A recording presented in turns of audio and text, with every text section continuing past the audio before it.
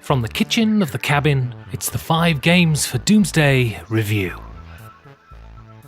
5 colours. What is taste?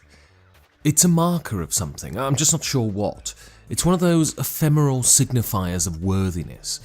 Good taste confers the kind of regard that helps you navigate the social seas. Bad taste earns sniggers and behindhand whispers. Taste is the intellectual equivalent of high cheekbones or a washboard stomach. It makes you beautiful, and the beautiful get it a whole lot easier. And we crave it. This is why we only leave certain books lying around and only tweet that we've watched certain types of movies. Whatever criteria needs to be fulfilled to mark us out as someone with the right taste, we crave that and superciliously point it out when it's deficient in others. A great signifier of taste is vision, to see what's coming before others do, to get in on the ground floor and say, I was there from the beginning. Our opinions of good things mature and increase in value the fewer hold them. It's no good liking something when it's popular. That's gauche and not in keeping with a sophisticate. It's not enough to appreciate the exquisite.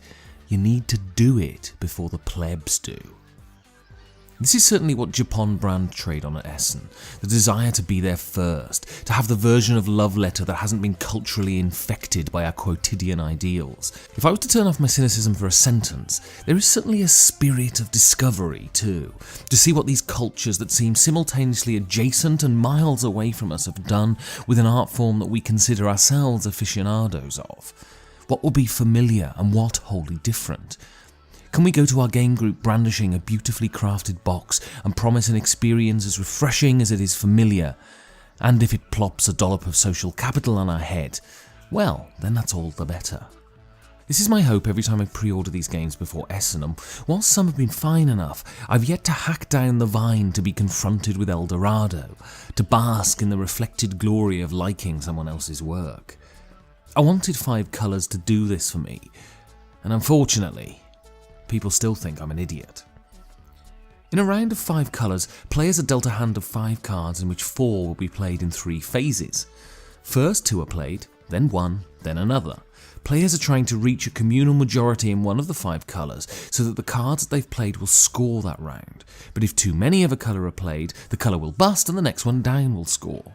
There are rules for a certain number of 1 value cards being played, and rules for ties, and after the players have played through the deck, the person with the highest value in their score pile will win. 5 colours is a great idea that seems to go nowhere.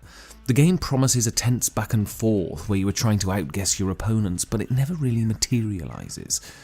Firstly, for a game that is one core concept, it feels unforgivably fiddly and cumbersome with a number of exceptions that are difficult to pass. This is a game that is dead simple, but feels complicated. This game is supposed to fill the same need as a game like No Thanks, but if 5 colours and No Thanks were sat next to each other at a bar, No Thanks' glittering simplicity would see it being bought drinks all night, while 5 colours would leave at closing time depressingly sober. Fundamentally, there is no cohesiveness in this game, and this lack of cohesiveness robs it of any momentum. The game feels the same all the way through. There is no ramping up of tension as you reach the conclusion. You do the same thing round after round until the deck runs out and then you stop.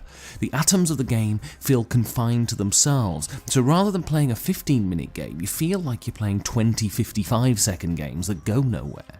The idea is compelling, but this lack of connection between rounds leaves the game feeling dull and one-paced. It's not a bad game, it isn't broken, but it fails to sweep you up, and at the end there is no desire to play it again.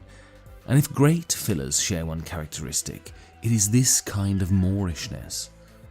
I want to be a tastemaker, to my eternal shame, because my shame will live long on after I have passed. I want to be an influencer. I want people to say, that Ben, he knows what he's talking about. But that won't happen with 5 colours. So I guess I'll have to tramp off to the next one. This review has been made possible by the support of my patrons. Support the show at patreon.com/5G4D. Thank you for listening.